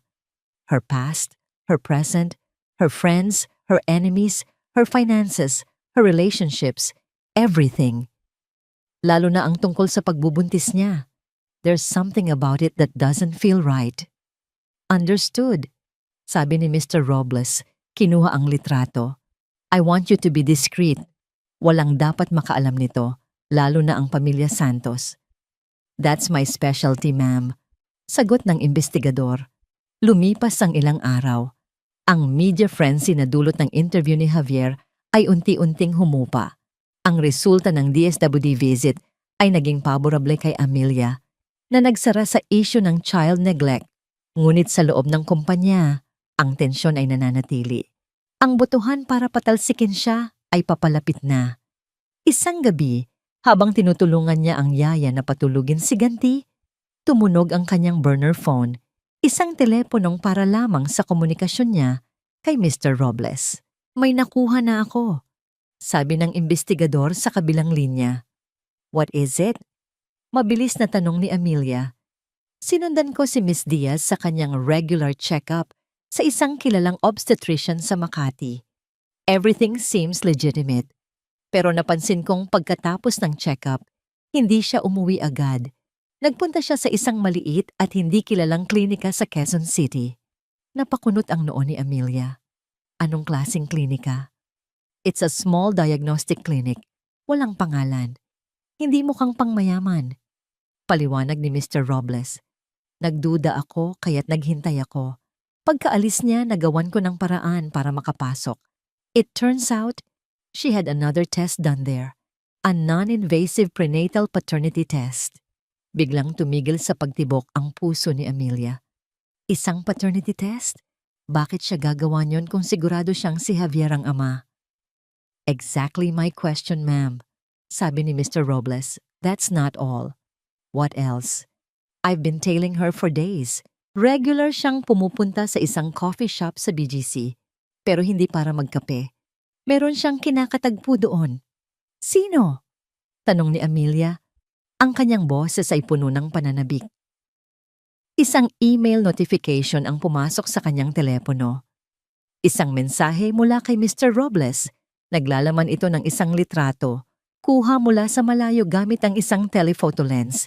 Malabo ito ng kaunti, ngunit malinaw pa rin. Nasa litrato si Katrina, nakaupo sa isang table sa labas ng coffee shop. Nakangiti. At sa harap niya, nakaupo ang isang lalaki.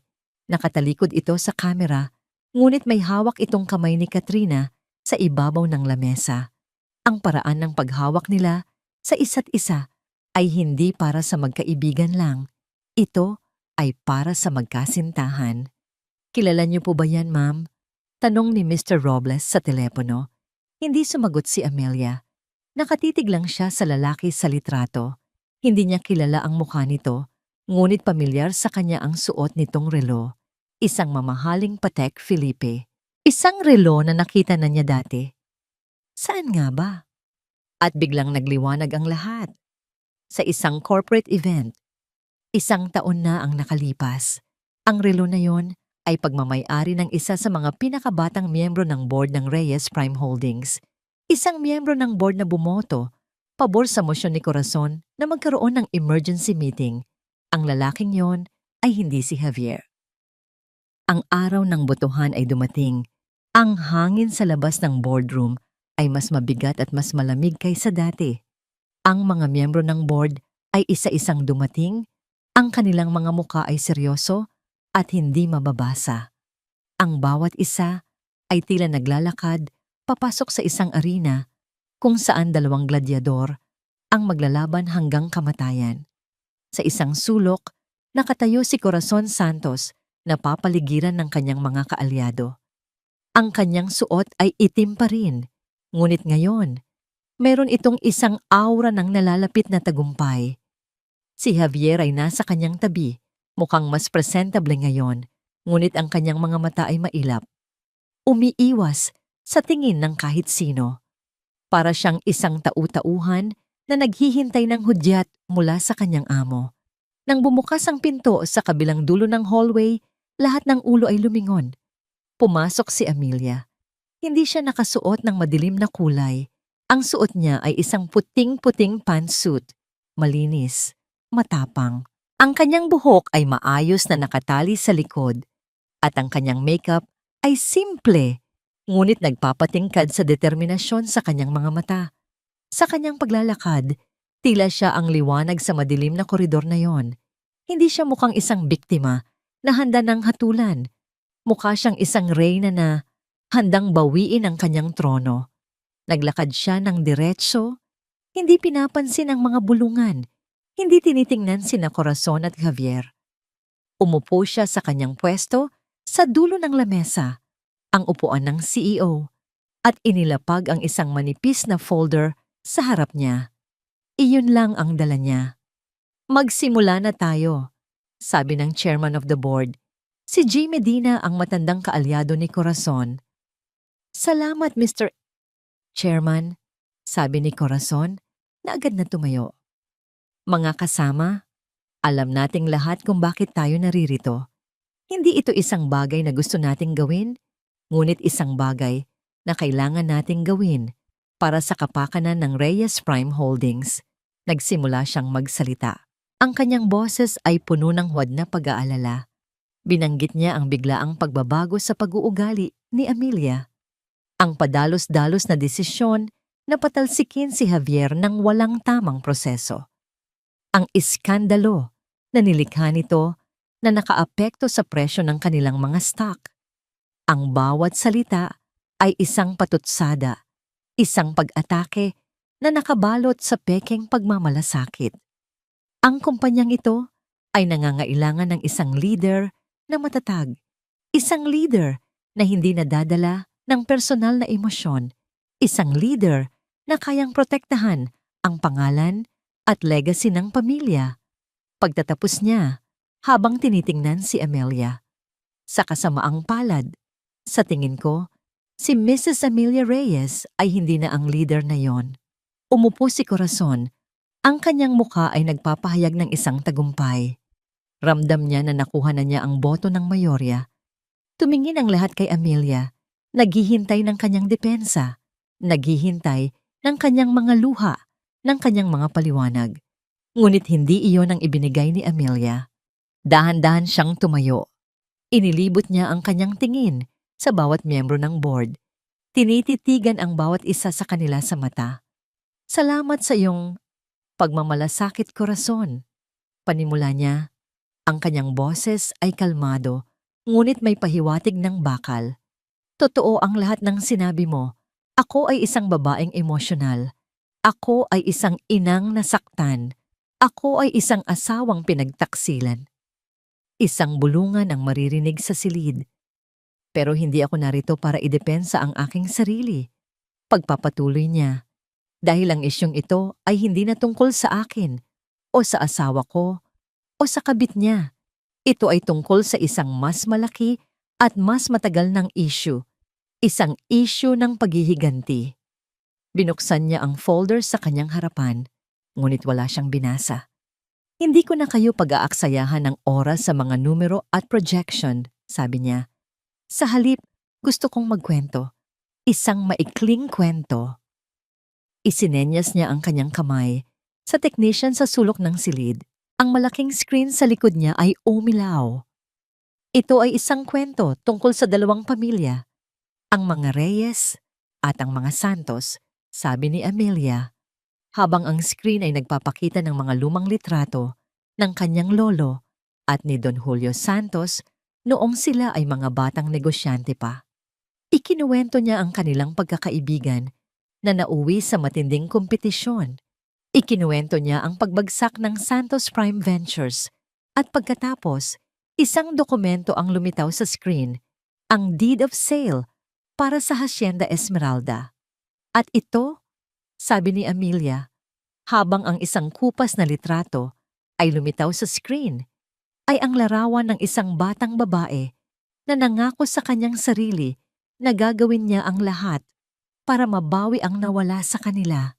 Isang babae na nagtanim ng galit sa loob ng 30 taon. Ang larawan ni Corazon na may mga matang nag-aalab sa galit ay nakatitig sa lahat mula sa screen. Ang mukha ni Corazon ay biglang namutla. Nawala ang kanyang kumpiyansa. Napalitan ito ng gulat at takot. At, "This is ridiculous! Anong kinalaman nito sa..." Sigaw niya ngunit pinutol siya ni Amelia. "Ang kinalaman nito ay lahat," matigas na sabi ni Amelia. "Ang kinalaman nito ay ang pagpapakasal ng kanyang anak sa nag-iisang tagapagmana ng mga Reyes. Ang kinalaman nito ay ang paglalagay sa kanyang anak sa isang posisyon kung saan maaari niyang sirain ang kumpanya mula sa loob. Ang kinalaman nito ay isang plano na maingat na binuo sa loob ng maraming dekada para sa isang layunin lamang, ang paghihiganti." Isa-isang ipinakita ni Amelia ang mga ebidensya sa screen, ang security footage ng pagnanakaw ni Corazon sa library, ang mga bank record na nagpapakita ng malalaking halaga na inililipat ni Javier sa mga pribadong account, ang mga testimonya mula sa mga dating empleyado ng mga Santos. Ang boardroom ay napuno ng bulungan at pagkabigla. Ang mga miyembro ng board na dating kampi kay Corazon ay ngayon ay nakatingin sa kanya nang may pagdududa at pagkasuklam. Si Javier ay hindi makagalaw sa kanyang upuan. Ang kanyang mukha ay parang isang multo. Tumingin siya sa kanyang ina na para bang ngayon lang niya nakita ang tunay nitong pagkatao. Ang lahat ng ito ay kasinungalingan. Sigaw ni Corazon, ngunit ang kanyang boses ay nanginginig na. Binaliwala siya ni Amelia. Naglakad siya palapit sa gitna ng lamesa. Ang kanyang mga mata ay hindi inaalis kay Corazon. "Napakatalino ng iyong plano, Corazon.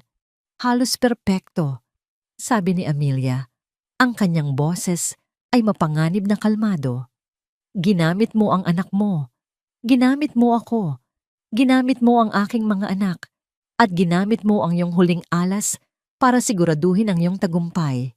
Tumingin si Amelia sa buong board. "And now, Mrs. Santos," sabi niya, ang kanyang boses ay tila isang latigo na humahagupit sa katahimikan.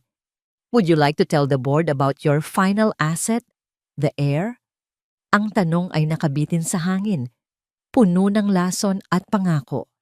Alam ng lahat na ang kwento ay hindi pa tapos. At ang pinakamatinding pasabog ay malapit nang dumating.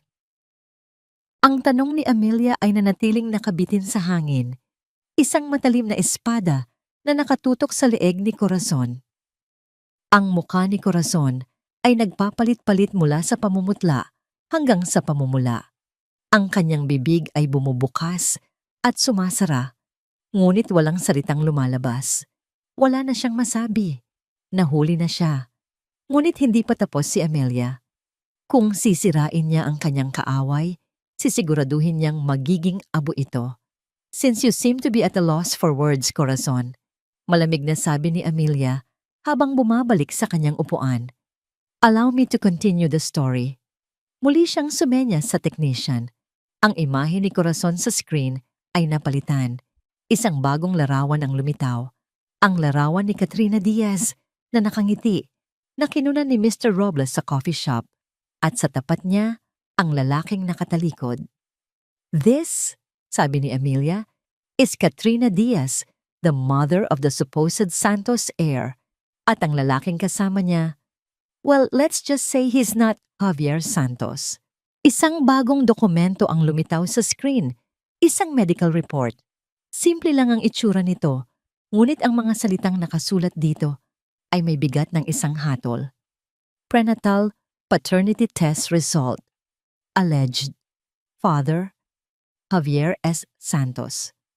Probability of paternity, 0.00%. Ang numero, 0.0%, ay tila tumalon mula sa screen at sumampal sa mukha ng bawat taong nasa silid. Isang nakabibinging katahimikan. Pagkatapos, isang tunog, Isang kakaibang tunog, isang tawa. Si Javier. Tumatawa siya habang nakatingin sa screen. Ngunit hindi ito tawa ng kagalakan. Ito ay tawa ng isang taong nabaliw. Isang tawa na puno ng sakit, kahihiyan, at pagkabigo. 0%? Sabi niya ng pautal-utal habang nakaturo sa screen. Tumingin siya sa kanyang ina. Ang kanyang mga mata ay puno ng hindi makapaniwalang pagtataka. Ma? Ano to? Sinungaling din siya? Sinungaling kayong lahat? Hindi makatingin si Corazon sa kanyang anak. Ang kanyang mga mata ay nakapako kay Amelia, puno ng purong pagkamuhi. You bitch! She hissed. Ang kanyang boses ay nanginginig sa galit. You conniving little bitch! No, Corazon. Sagot ni Amelia. Ang kanyang boses ay kalmado pa rin. I'm not the bitch here. I'm just the queen protecting her kingdom from snakes. Ang huling larawan ay lumitaw sa screen. Isang mas malinaw na kuha ng lalaking kasama ni Katrina. Ngayon, ang kanyang mukha ay malinaw na.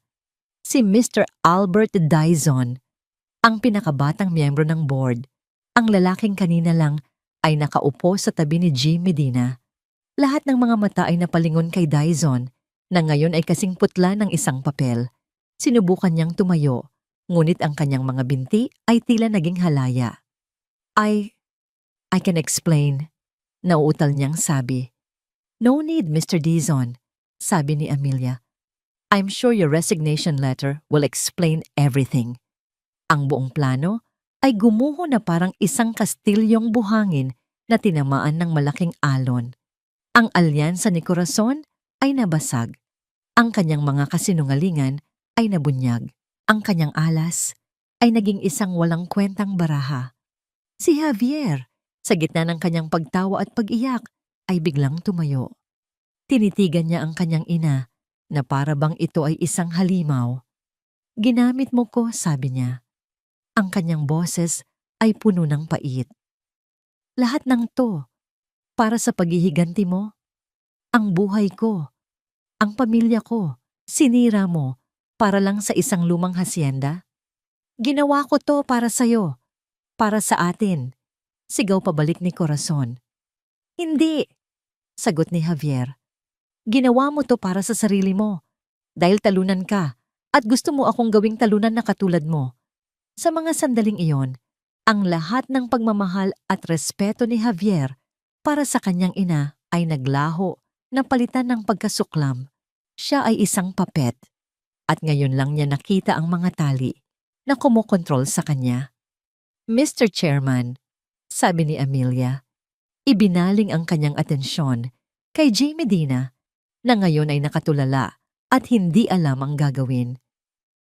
I believe the purpose of this meeting is to vote on my capability as CEO. I am now ready for that vote. Walang nangahas na magsalita. Allow me to start, sabi ni Amelia. Itinaas niya ang kanyang kamay. As the majority stockholder of this company, I, Amelia Reyes, vote to retain myself as CEO. Furthermore, I move to permanently remove Corazon Santos from any and all honorary positions related to this company, and I move to ban Javier Santos from ever setting foot in any property owned by Reyes Prime Holdings again. I second the motion, mabilis na sabi ng isa sa mga board member na loyalista ng kanyang ama. All those in favor? Tanong ni Jean Medina, ang kanyang boses ay mahina. Isa-isa, ang mga kamay ay tumaas. Kahit ang mga dating kaalyado ni Corazon ay walang pag-aalinlangang itinaas ang kanilang mga kamay, nais na iligtas ang kanilang mga sarili mula sa lumulubog na barko. The motion is passed unanimously, anunsyo ng chairman. Tapos na ang laban. Tumayo si Corazon. Ang kanyang mukha ay isang maskara ng pagkatalo at galit. 2 security guard ang lumapit sa kanya. Hindi mo kailangang gawin yan, sabi niya sa mga guard. Habang inaayos ang kanyang damit, naglakad siya papalabas ng silid ng may dignidad, kahit na ang kanyang mundo ay gumuho na. Ngunit bago siya tuluyang lumabas, huminto siya sa tapat ni Amelia. Tinitigan niya ito. Hindi pa tayo tapos, sabi niya sa isang mapanganib na bulong, isang huling banta. Oh yes, we are.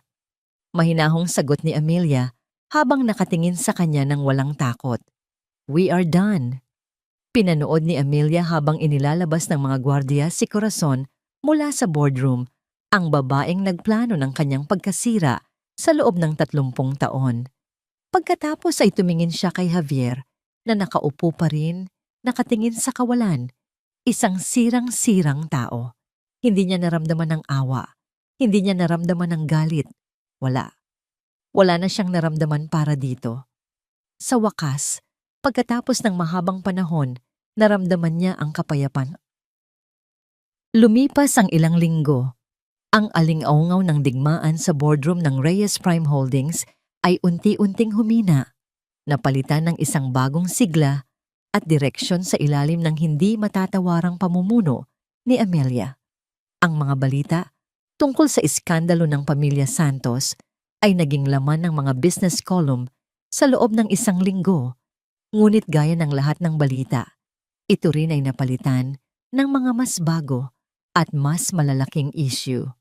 Para kay Amelia, ang mga linggong iyon ay simula ng isang mahabang proseso ng paghilom. Hindi na siya gumigising sa gitna ng gabi na may takot at pag-aalinlangan. Ang kanyang mga araw ay hindi na ginugugol sa pag-iisip ng susunod na atake ng kaaway. Sa halip, ang kanyang umaga ay nagsisimula sa matamis na ngiti at maliliit na hagik-hik ng kanyang kambal. Ang mansyon, na dating naging isang malamig na battlefield, ay muling napuno ng init at buhay. Madalas ay makikita si Amelia sa malawak na hardin, nakaupo sa isang kumot sa ilalim ng isang malaking puno ng mangga, habang sina Pag-asa at Ganti ay masayang naglalaro sa kanyang tabi. Dito, hindi siya ang CEO. Dito, siya ay si Mama. Isang hapon, habang nagbabasa siya ng libro at pinagmamasdan ng kanyang mga anak, lumapit ang kanyang pinagkakatiwalaang kasambahay, si Manang Lydia. Mama Amelia, sabi nito, habang inaabot ang isang tablet. Ang balita po, kinuha ito ni Amelia. Sa screen ay ang headline ng isang major business news website. Santos Matriarch faces fraud charges filed by RPH stockholders. Nakalagay sa artikulo kung paanong si Corazon Santos ay nahaharap ngayon sa maraming kaso mula sa mga shareholders na nalinlang sa kanyang mga plano. Ang kanyang mga ari-arian ay na-freeze at ang kanyang pangalan na dati iginagalang sa alta sosyedad ay ngayon naging simbolo ng kahihiyan. Walang nabanggit tungkol kay Javier. Matapos ang araw na iyon sa boardroom, tila naglaho na lang siya na parang bula. Walang nakakaalam kung nasaan siya at sa totoo lang, wala nang may pakialam. Isinara ni Amelia ang tablet. Wala siyang naramdamang tuwa o paghihiganti. Ang naramdaman lang niya ay isang formal na pagtatapos. Isang kabanata sa kanyang buhay na sa wakas ay naisara na. Nang sumunod na araw, linggo, nagpasya siyang gawin ang isang bagay na matagal na niyang ipinagpapaliban. Nag-iwan siya ng mga bilin sa mga yaya at nagmaneho mag-isa. Ang kanyang destinasyon, ang sementeryo, kung saan nakahimlay ang kanyang ama. Ang sementeryo ay tahimik. Tanging ang marahang ihip ng hangin at ang huni ng mga ibon ang maririnig. Naglakad si Amelia sa mga pamilyar na daanan hanggang sa marating niya ang isang simpleng mausoleum na gawa sa puting marmol. Ito ang huling hantungan ni Don Ricardo Reyes. Umupo siya sa damuhan, sa harap ng lapida, sa loob ng mahabang panahon. Tahimik lang siyang nakatitig sa pangalan ng kanyang ama. "Hi, Papa!" Panimula niya. Ang kanyang boses ay mahina. "Kamusta na po kayo dyan?" Huminga siya ng malalim. "Maraming nangyari. Siguro nakikita niyo naman ang lahat mula dyan. At siguro, pinapagalitan niyo ako ngayon dahil hinayaan kong mangyari ang lahat ng to." Isang butil ng luha ang pumatak mula sa kanyang mga mata. Ang unang luha na iniyak niya, hindi dahil sa galit, kundi dahil sa pangungulila. I'm sorry pa. I'm sorry kung naging mahina ako, kung naging bulag ako sa pag-ibig. Pinabayaan ko po ang kumpanya. Pinabayaan ko ang legacy ninyo. Nagpatuloy siya sa pagsasalita, ibinubuhos ang lahat ng sakit, lahat ng pagsisisi, at lahat ng takot na kinimkim niya sa loob ng mahabang panahon. Ikinuwento niya ang tungkol sa kanyang mga anak, ang kanyang mga apo, na hindi na niya nakilala. Ang pangalan po ng babae ay Pag-asa. Sabi niya habang may maliit na ngiting sumisilay sa kanyang mga labi. Dahil sa gitna ng lahat ng dilim, siya po ang nagbigay sa akin ng pag-asa. At ang lalaki? Ganti. Napatawa siya ng bahagya. Alam ko po, hindi magandang pangalan. Pero sa mga panahong yon, iyon po ang tanging nagpatatag sa akin. Ang pangako sa sarili ko na babawiin ko ang lahat ng kinuha sa atin. Pinunasan niya ang kanyang mga luha. Pero tapos na po iyon. Pinalitan ko na po ang pangalan niya sa birth certificate. Ang pangalan niya ngayon ay Ricardo. Ricardo Jr. Para sa inyo pa. Tumayo siya. Ipinapangako ko po sa inyo, Papa. Aalagaan ko ang lahat ng ipinagkatiwala ninyo sa akin. Ang kumpanya. Ang pangalan natin. At lalo na ang mga apo ninyo. I will make you proud. Nag-iwan siya ng isang pompon ng puting rosas sa paanan ng lapida at naglakad pabalik sa kanyang sasakyan. Sa kanyang paglalakad, naramdaman niya ang isang kakaibang gaan. Ang bigat na matagalan na niyang pinapasan ay tila nabawasan. Pagkauwi niya sa mansyon, isang sobre ang naghihintay sa kanya sa ibabaw ng isang silver tray sa foyer. Isang simpleng puting sobre. Walang pangalan ng nagpadala. Walang return address. Ang nakasulat lang ay ang pangalan niya, Amelia. Kinabahan siya ng bahagya, ngunit binuksan pa rin niya ito. Sa loob, walang sulat. Ang tanging laman nito ay dalawang bagay, isang lumang susi na may kalawang at isang maliit na piraso ng papel kung saan nakasulat ang isang address. Isang address sa isang probinsya sa tabing dagat na hindi pamilyar sa kanya. Napatingin siya sa susi. Saan ito galing? Sino ang nagpadala nito? Ang kanyang unang naisip ay si Corazon. Isa na namang laro, isang patibong. Ngunit may iba siyang naramdaman. Isang kuryosidad, isang pakiramdam na ang sobreng ito ay hindi isang banta, kundi isang paanyaya. Itinago niya ang susi at ang address sa isang maliit na kahon. Hindi niya alam kung ano ang gagawin dito. Ngunit alam niya, sa puso niya, na ito ay isang piraso ng isang puzzle na kailangan niyang buuin. Hindi pa ngayon, ngunit balang araw, kapag handa na siya. Isang taon ang lumipas mula nang gumuho ang mundo ng mga Santos sa loob ng boardroom ng Reyes Prime Holdings.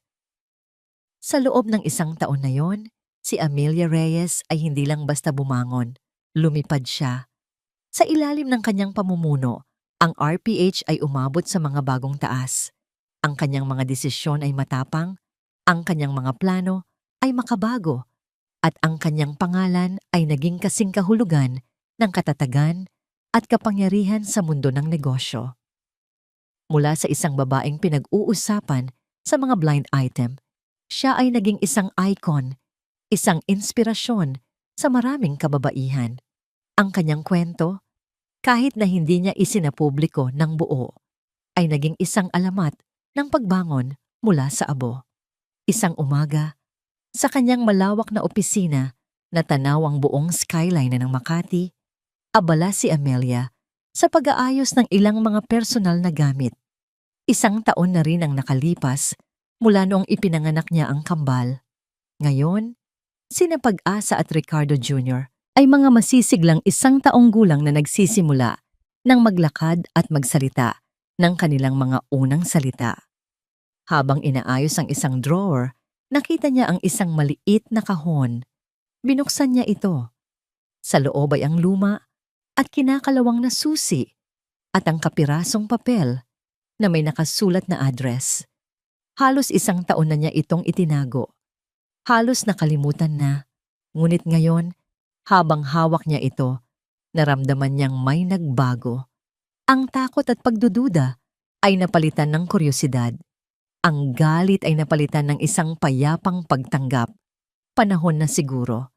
Kinabukasan, nag-file siya ng isang bihirang leave of absence. Ipinagbilin niya ang kambal sa mga yaya at sa kanyang inang bumibisita. Nagmaneho siya mag-isa. Ang GPS ng kanyang sasakyan ay nakaturo sa malayong probinsya sa Batangas. Habang iniiwan niya ang sementadong gubat ng Maynila, unti-unting napapalitan ng tanawin. Ang mga nagtataasang gusali ay naging malalawak na palayan. Ang ingay ng trapiko ay naging tunog ng hangin. At pagkatapos ng ilang oras, naamoy na niya ito, ang alat ng dagat. Nakarating siya sa isang maliit na bayan sa tabing dagat. Ang mga kalsada ay makitid at ang mga bahay ay simple.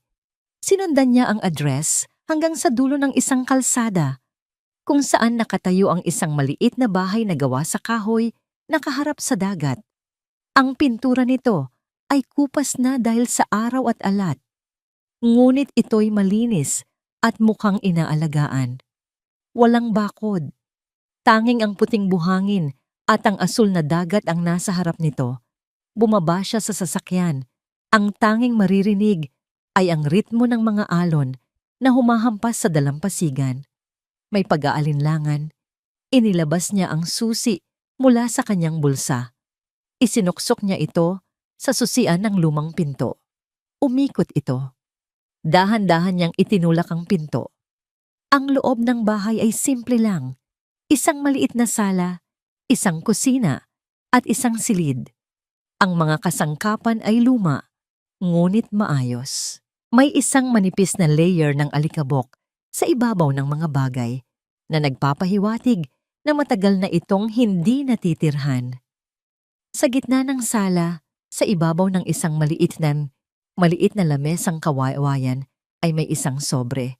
Ang pangalan niya, Amelia, ay muling nakasulat dito. Nanginginig ang mga kamay na kinuha niya ito at binuksan. Sa loob ay isang sulat, ilang pahina ang haba. Ang sulat kamay ay pamilyar. Ito ay sulat kamay ni Javier. Umupo siya sa isang upuan na yantok at nagsimulang magbasa. Amelia, kung binabasa mo ito, ibig sabihin ay natagpuan mo ang lugar na ito. Ibig sabihin, kahit papaano, ay nagpasya kang buksan ng huling pinto ng ating nakaraan. Walang salita ang kayang magpaliwanag o magpawalang sala sa mga nagawa ko. Walang sorry ang sapat para sa sakit na idinulot ko sa iyo. Naging duwag ako, Amelia. Iyon ang katotohanan. Naging duwag ako sa anino ng iyong pamilya. Naging duwag ako sa sarili kong mga insecurities. At higit sa lahat, naging duwag ako sa pagmamahal mo. Sa halip na maging karapat-dapat para dito, hinanap ko ang madaling daan. Nagpadala ako sa laso ng inggit at sa laso ng sarili kong ina. Ang bahay na ito lang ang nag-iisang bagay na maituturing kong tunay na sa akin. Binili ko ito mula sa sarili kong ipon bago pa man tayo ikasal. Ito sana ang pangarap ko noon. Isang simpleng buhay, malayo sa lahat. Isang buhay na hindi ko pinili. Wala akong maibibigay sa'yo. Wala na akong maibabalik. Ang bahay na ito, ang tanging natitira sa akin na may halaga. Hindi bilang bayad pinsala, kundi bilang isang huling paalam. Isang simbolo ng buhay na sinayang ko. Isang paumanhin na huli ng isang taon. Sana, balang araw, ay mapatawad mo ako. Ngunit kahit na hindi, naiintindihan ko, maging masaya ka, Amelia. Maging masaya ka para sa sarili mo at para sa ating mga anak. Iyon na lang ang huling hiling ko. Patawad, Javier, nang matapos basahin ni Amelia ang sulat. Isang luha ang pumatak sa papel. Hindi ito luha ng galit o pighati. Ito ay luha ng paglaya. Tiniklop niya ang sulat at inilagay pabalik sa sobre. Tumingin siya sa paligid ng maliit na bahay. Nakita niya ang multo ng isang buhay na maaaring nangyari. Isang buhay na mas simple, mas totoo. Ngunit hindi yun ang buhay na para sa kanya. Tumayo siya, inilapag niya ang sulat sa lamesa. At sa tabi nito, maingat niyang inilapag ang luma at kinakalawang na susi. Hindi niya kailangan ng bahay na ito. Hindi niya kailangan ang paumanhin na ito para mabuo ang kanyang sarili. Kumpleto na siya. Naglakad siya palabas ng bahay, hindi na lumingon pa. Sumakay siya sa kanyang sasakyan at pinaandar ang makina. Habang papalayo siya, tiningnan niya ang kanyang rearview mirror. Sa likod, sa kanilang mga car seat ay ang dalawang pinakamahalagang tao sa kanyang buhay. Si Pag-asa ay kumakanta ng isang pambatang kanta, habang si Ricardo Jr. ay mahimbing na natutulog. Isang nginang ngiti ang sumilay sa mga labi ni Amelia. Isang ninyong ngiting totoo, payapa at puno ng pag-asa. Ang nakaraan ay nasa likod na niya. Ang hinaharap ay nasa kanyang harapan. Malaya na siya. At ito ang simula ng kanyang bagong kabanata. Sa pagtatapos ng kwento ni Amelia Reyes, hindi lamang pagbagsak ng mga traidor ang ating nasaksihan, kundi ang muling pagsilang ng isang babaeng hinubog ng sakit at pinatatag ng pagmamahal bilang isang ina. Mula sa sandaling siya'y nagmaneho mag-isa sa gitna ng bagyo upang manganak, hanggang sa pagtayo niya bilang isang matatag at matalinong CEO sa mundo ng negosyo. Ipinakita ni Amelia na ang sugat ng pagtataksil ay maaaring maging sandata ng lakas. Ang mga plano nina Javier at Doña Corazon na itinayo sa kasakiman at galit ng nakaraan ay tuluyang gumuho sapagkat ang kasamaan ay hindi kailanman nagwawagi habang buhay. Sa huli, pinatutunayan ng kwento na ang masasama ay mananagot at ang mga nanindigan sa tama ay gagantimpalaan. Bago tayo magpaalam, nais kong itanong sa inyo, kung kayo ang nasa kalagayan ni Amelia, pipiliin ba ninyo ang magpatawad o ipaglaban ang dignidad at pamilya hanggang dulo? Ano para sa inyo ang tunay na lakas ng isang babae? Maraming salamat sa patuloy ninyong pakikinig at pagsuporta. Sana'y maayos ang inyong kalagayan at ng inyong mga mahal sa buhay. Huwag mag-atubiling ibahagi ang inyong saloobin sa comments. Binabasa at pinahahalagahan ko ang bawat isa sa inyo.